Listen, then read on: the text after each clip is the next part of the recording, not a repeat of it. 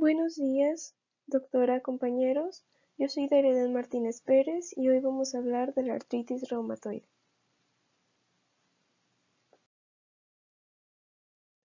La artritis reumatoide es una enfermedad inflamatoria crónica de origen autoinmunitario.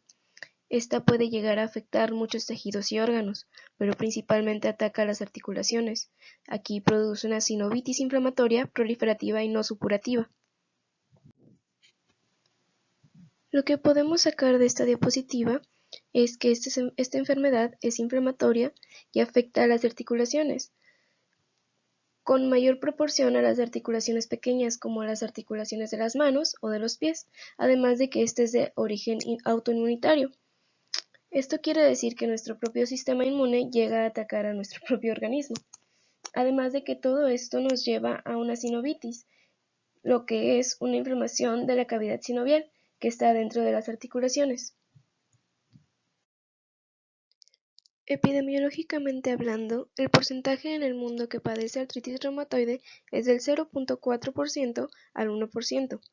Tan solo en Latinoamérica, esta condición es más común en mujeres, siendo la proporción 3 a 1, y estas empiezan a manifestarla en la mitad de su vida. Esto quiere decir que hay 3 veces más mujeres que sufren o sufrirán artritis reumatoide y van a empezar a tener sus manifestaciones alrededor de los 35 a 50 años. Estas manifestaciones primarias son dolor, enrojecimiento e hinchazón articular, todo esto como consecuencia de los sinovitis que ya había mencionado en la diapositiva anterior. Las características inmunitarias. Dando una pequeña introducción a la inmunología del tema, vamos a encontrar factor reumatoide tanto en suero como en el líquido sinovial, en la mayoría de los casos. Tampoco es un factor permanente, digamos. En este último, en el líquido sinovial, vamos a encontrar también linfocitos, macrófagos, factor de necrosis tumoral alfa, entre otras citocinas, debido a la fisiopatología de esta enfermedad, que un poco más adelante veremos. Continuando con la etiopatogenia o la patogenia inmunitaria, aún no se sabe a ciencia cierta cuál es la causa por la cual nuestro sistema reacciona de esta manera. Sin embargo, una de las teorías más aceptadas es que un agente infeccioso o existe un agente infeccioso que desencadena en un individuo con predisposición genética toda esta condición. Entonces seguimos con los factores predisponentes. Como podrán ver, hay dos grupos, serían los factores genéticos y los factores ambientales. Empezamos con los factores genéticos.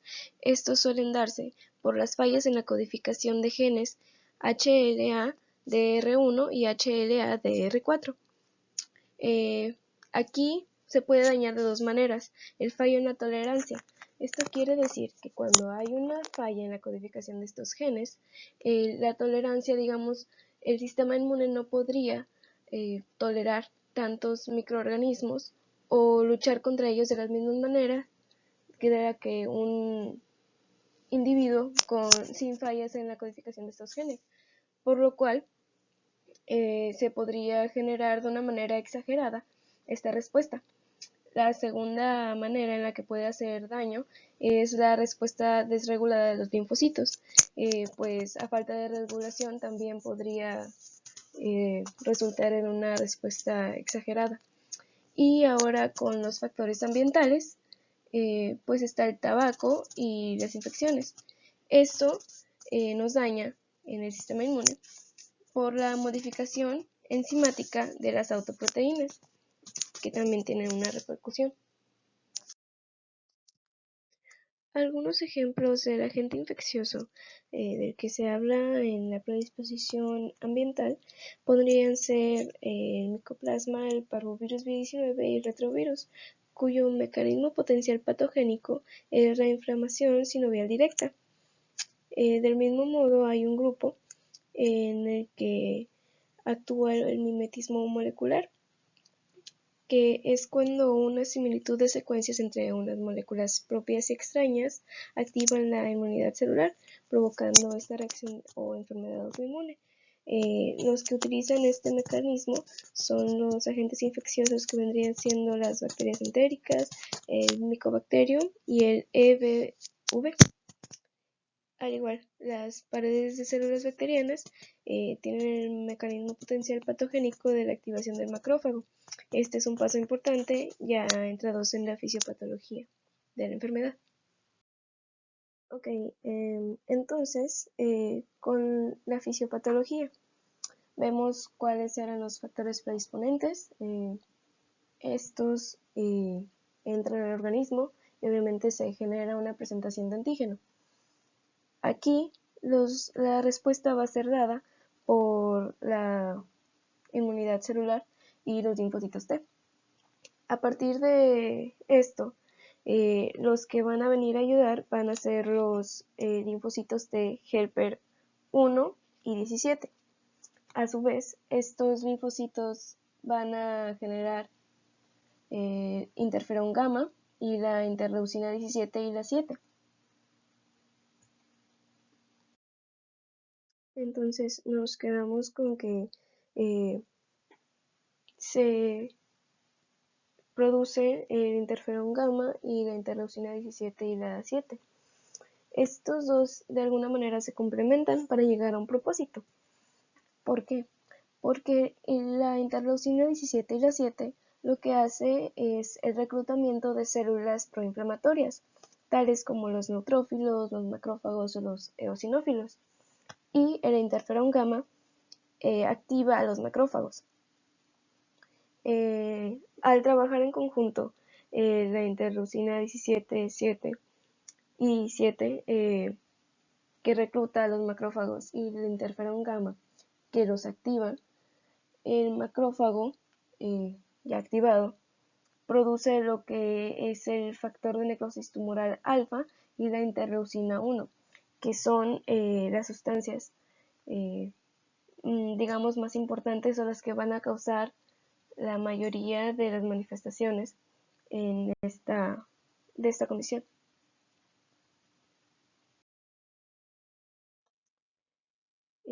Continuando, el factor de necrosis tumoral alfa y la interleucina 1 van a proceder a causar neovascularización, reclutamiento de células proinflamatorias.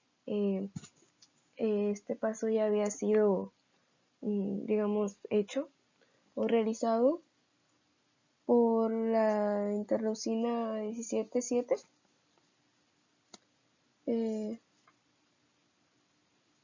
Sí, bueno, las interleucinas 17 y 7, entonces se van a acumular aún más y también va a estar lo que es la activación de los osteoclastos.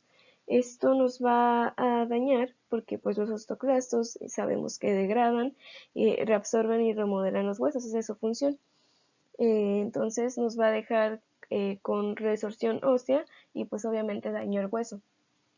Y pues también la producción de proteasas, y pues la función de las proteasas es degradar proteínas. Esto nos va a generar mucha inflamación y demás manifestaciones clínicas. Y bueno, para hacerlo un poquito más gráfico, aquí tienen un esquema. Aquí entra desde la reacción de la célula del linfocito T. También se brinca, o digámoslo así, la actuación del linfocito T helper 1 y 17. Pero pues como ya sabemos, se activa el macrófago después de esto y este genera a su vez el factor de necrosis tumoral alfa y la interleucina 1, que son los que más nos importan.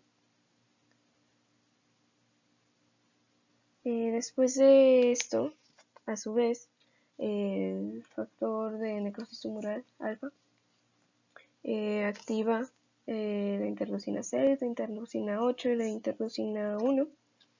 Y esto va a activar a condrocitos, osteoclastos, fibroblastos.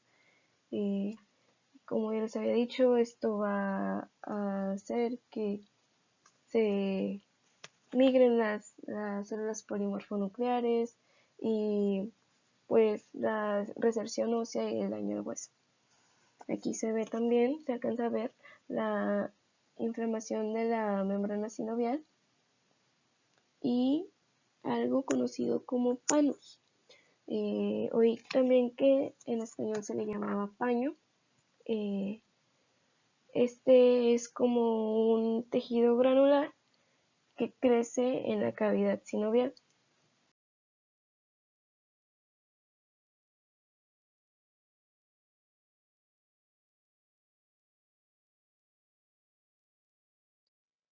Bueno, con estos dibujos se pretende que diferenciemos la articulación sana de la articulación con artritis. Creo que está bastante explicativo. Bueno, primero que nada, en la articulación sana está todo bien diferenciado y en su lugar. El hueso no está poroso, el cartílago está más anchito. En cambio, en la articulación que tiene artritis, nos la describen como inflamación y tumefacción de los tejidos articulares. Como podemos ver, está un poco más poroso el hueso y es bastante notorio que la cápsula articular y la membrana sinovial están muy hinchadas. Incluso parece haber paño en esa, o sea, tejido granular en esa cavidad sinovial. Incluso también el cartílago está más delgado.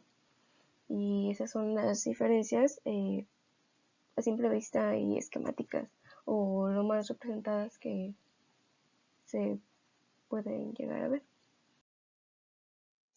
Bueno, en base a la fisiopatología hay una clasificación de estadios. Esos son los estadios fisiopatológicos. El estadio 1. Bueno, empezamos con el estadio 1. Aquí es cuando se da la presentación del antígeno desconocido a las células T.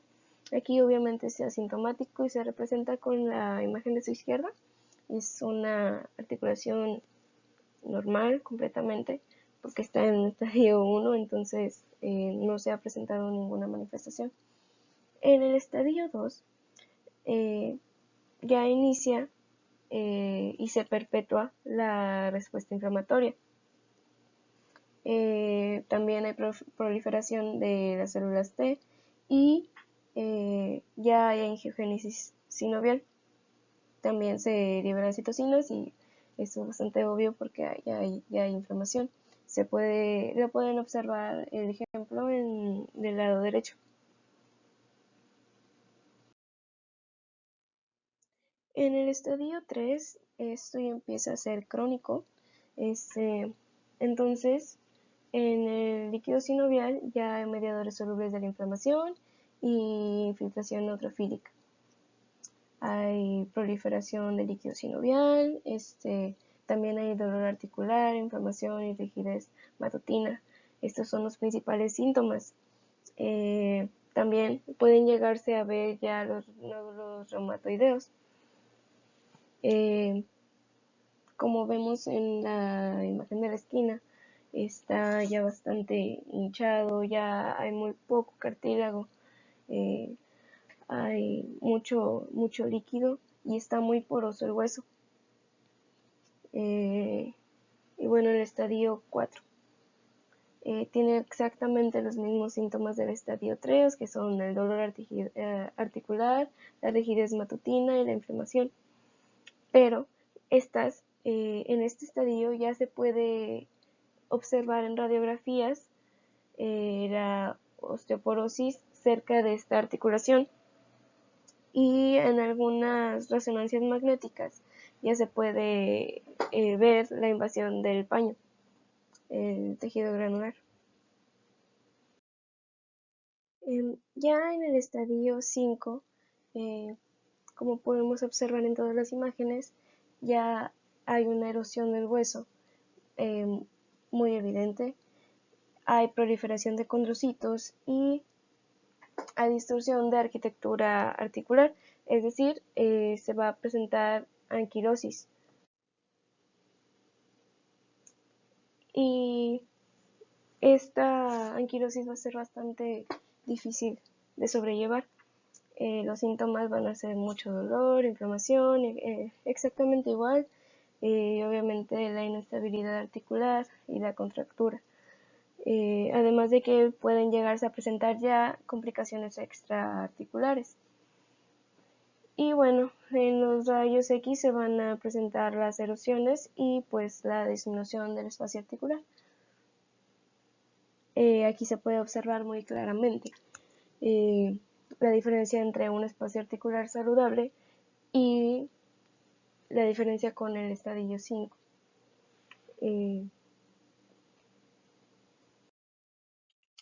Entonces seguimos con las características clínicas.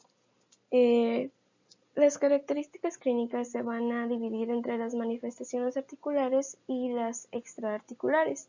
Vamos a empezar con las que ya llevamos viendo, que son las manifestaciones articulares.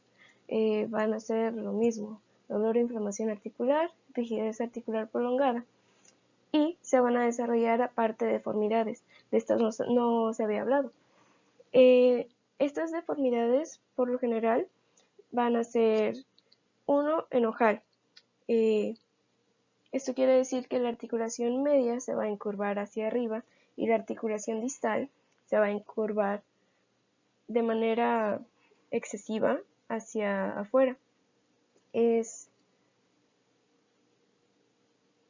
este ejemplo. Después tenemos el dedo en cuello de cisne. En este existe una flexión de la articulación de la base. Después, en la articulación media se estira de manera normal y otra flexión en la articulación también distal. Es esta de aquí abajo. Y para terminar está el dedo en martillo, que bueno, aquí el extremo del dedo está doblado hacia abajo y todas las demás articulaciones están muy estiradas.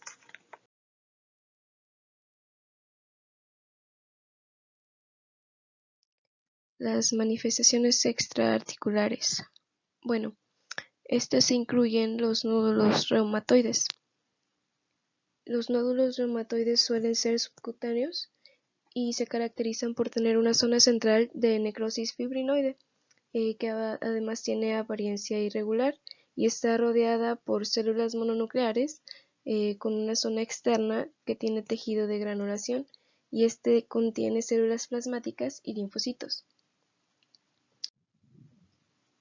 También hay manifestaciones oculares, como el síndrome de Sjögren. Este consiste en el conjunto de la queratoconjuntivitis seca y la xerostomía.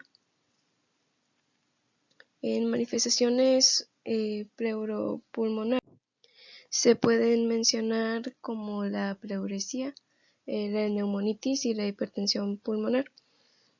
También hay manifestaciones cardíacas, podrían ser la pericarditis, la miocarditis, la insuficiencia valvular y los trastornos en la conducción. Lo último que se va a mencionar aquí, porque se considera bastante importante, es la amiloidosis. Este es un trastorno por el cual se acumulan proteínas anormales en tejidos y órganos.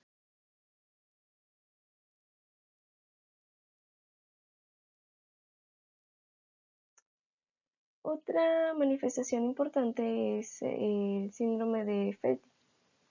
Este tipo de manifestación, por así decirlo, es la asociación entre la artritis reumatoide, la esplenomegalia y la neutropenia. Las anormalidades o los mecanismos de anormalidades hematológicas son anticuerpos, anticélulas progenitoras, antigranulocitos y secuestro esplénico de polimorfonucleares. Estos están recubiertos de complejos inmunitarios y es muy seguramente lo que causa este síndrome. Este casi siempre se desarrolla en personas que salen en un examen con un factor reumatoide muy alto y además tienen nódulos reumatoides, aunque en realidad no es como tal la artritis reumatoide. y pues también puede haber otro tipo de u otras características de hiperesplenismo y linfadenopatía. Esas también son otras manifestaciones del síndrome de Fetty. Vamos con el diagnóstico, vamos con los criterios diagnósticos. Bueno, en el 2010 se actualizaron estos criterios diagnósticos por la unión de la European League Against Rheumatism y la American College of Rheumatology. Ellos crearon unos nuevos criterios diagnósticos en los que tienen como criterios la afectación o el nivel de afectación articular, la serología y la duración de estos síntomas, además de también también de pruebas de gabinete los reactantes de fase aguda. Entonces, empezamos con la afectación articular. Las puntuaciones aquí vienen de 0 a 5. Sin embargo, para que se pueda decir que o se pueda confirmar que es artritis reumatoide, tiene que tener arriba de 6 puntos. Entonces, en la afectación articular nos viene calificando de 0, 1, 2, 3 y 5. La primera viene la articulación grande afectada. ¿Por qué nos viene con 0? Nos viene con 0 porque eso no es típico de una artritis reumatoide.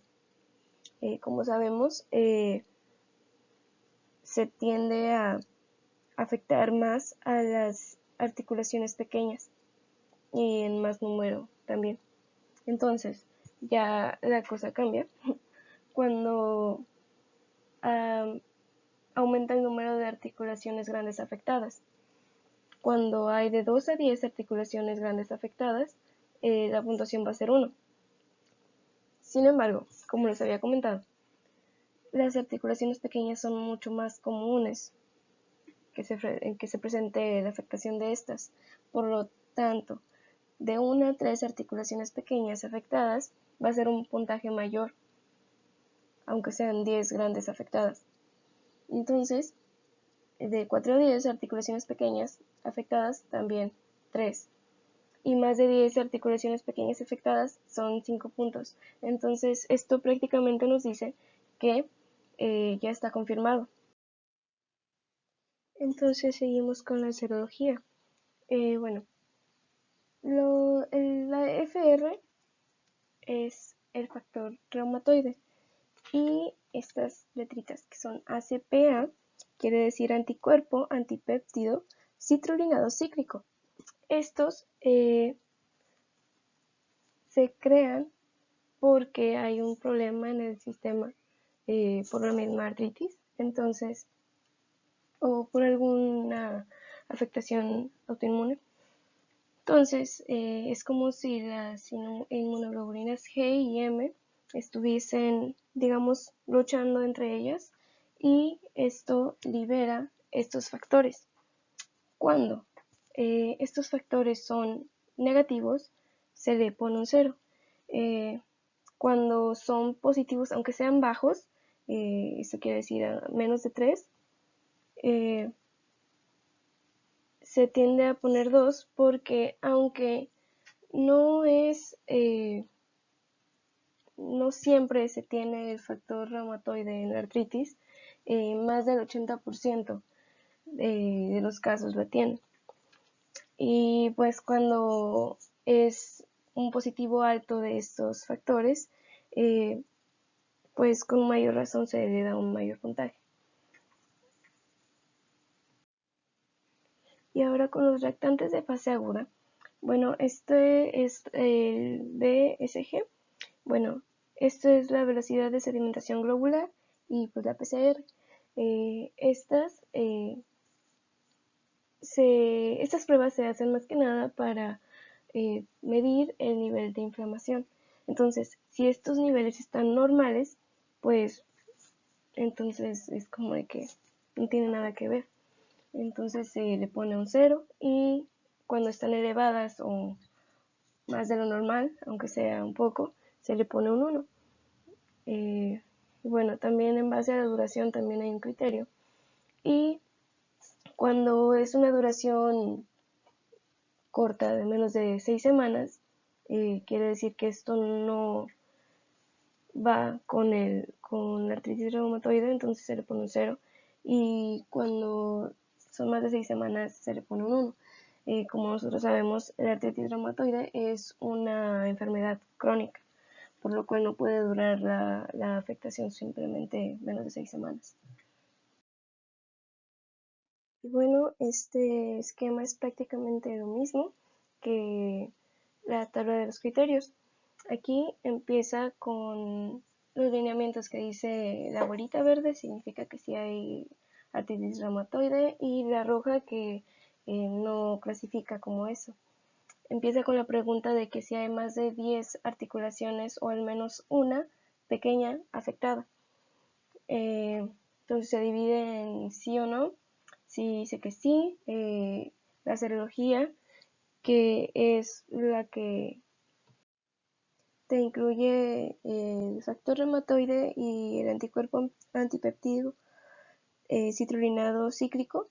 Si los valores son elevados, pues está confirmada la artritis. Si no, tenemos que revisar la duración. Si son más de 6 semanas, es una doble confirmación. Y si no, tenemos que checar los reactantes de fase aguda. Y así sucesivamente con todos los criterios que ya fuimos mencionando. El diagnóstico consta de 3 fases, o se puede realizar de 3 maneras. Está el análisis de laboratorio, está la clínica y están los estudios radiológicos. En laboratorio, las pruebas que se pueden realizar son la proteína C reactiva, el hemograma, la velocidad de sedimentación globular, las pruebas del factor reumatoide y las pruebas de anticuerpos antipeptídicos citrulinado cíclico, como ya lo habíamos mencionado. En estas va a ser muy normal encontrar anemia normocítica, trombocitosis, alta velocidad de sedimentación, y en el líquido sinovial vamos a encontrar leucocitos de 5.000 a 20.000 microlitros o por microlitro. Y como sabemos, vamos a encontrar factores reumatoides, y normalmente los niveles del sistema de complemento van a estar bajos.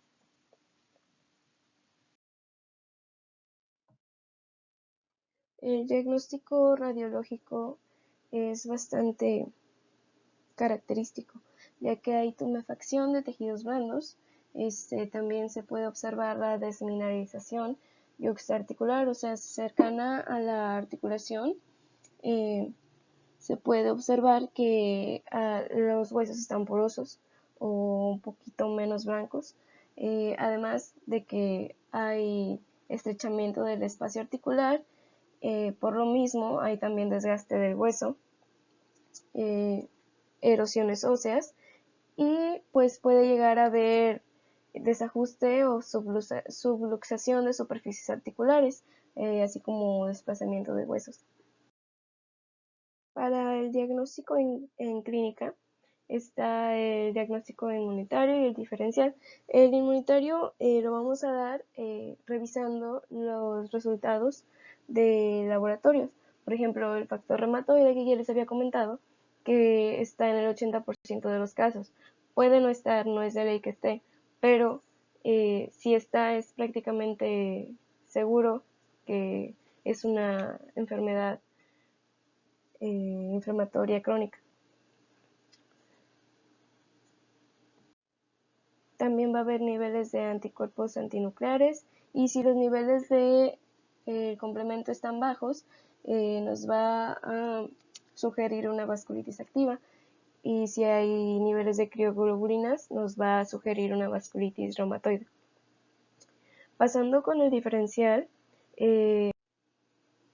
pues literalmente se trata de diferenciar de otras enfermedades, que es muy necesario en estos casos. Por ejemplo, con el lupus eritematoso sistémico, este lo podemos diferenciar porque las manifestaciones principales se dan en la piel, en los riñones y en el suero. Y por ejemplo, el síndrome de Reiter, este se produce más en varones que en mujeres, al contrario que la artritis. Y además, la artritis es simétrica, cosa que el síndrome de Reiter no cumple. Es asimétrico, las afectaciones articulares son de manera asimétrica. En la artritis gotosa vamos a encontrar la forma de monoartritis aguda. En la artritis psoriásica también vamos a encontrar que va a ser artritis asimétrica. Y en la artritis degenerativa vamos a encontrar unos nódulos que se llaman de Heberden. También vamos a ver que en la poliartritis está bastante relacionada con la vacuna de la rubiola y del parvovirus. Pasamos con el tratamiento. Hay 3 tipos de tratamiento. Está la fisioterapia, están los fármacos y está la cirugía ortopédica.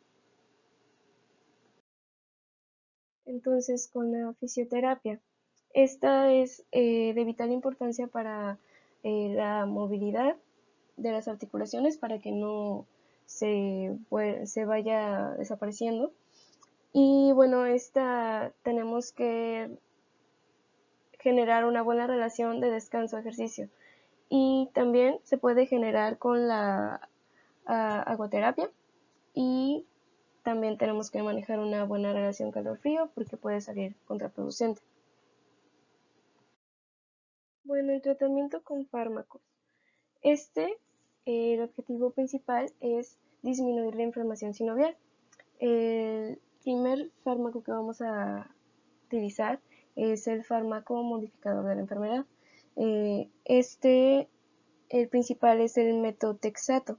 Este ha funcionado en el 70% de las personas con esta afectación. Pero también pueden utilizar sulfasalazina o hidroxicloroquina, que es del mismo tipo. Los inmunosupresores se utilizaron por un tiempo, sin embargo, ya casi no. Y los neutralizadores de TNF es algo, digamos, que se está probando y que es bastante bueno, prometido. Este se llama etanercept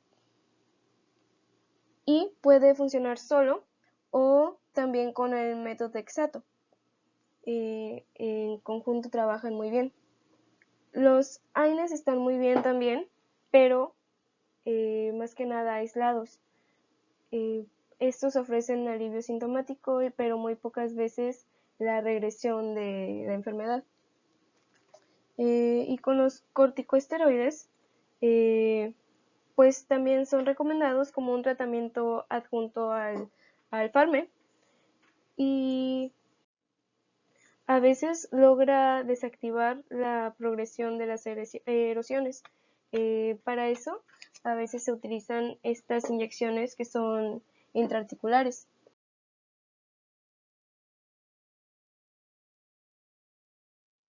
Bueno, desde el tratamiento quirúrgico tenemos la cirugía ortopédica. Son 3 tipos de cirugía, todas distintas, para distintas cosas. Está la artroplastía, está la artrodesis y está la sinovectomía. La artroplastía es el primer tipo que vamos a ver. Consiste en la extracción y sustitución de articulaciones dañadas. Sirve muy bien para las personas que buscan recuperar la movilidad articular, aunque no nos promete que vaya a desaparecer el dolor. La artrodesis es fijar en una posición funcional la articulación. Esto puede ser con un implante como es el que estamos viendo aquí, o sin implante. Esto nos ayuda a quitar la deformidad y a quitar el dolor, pero no nos da la movilidad que, por ejemplo, tenemos con la artroplastía. Y por último, tenemos a la sinovectomía. Esta es la extirpación total del sinovio. Esto con el fin de aliviar la inflamación. Sí nos quita el dolor y nos quita la inflamación y también nos da movilidad.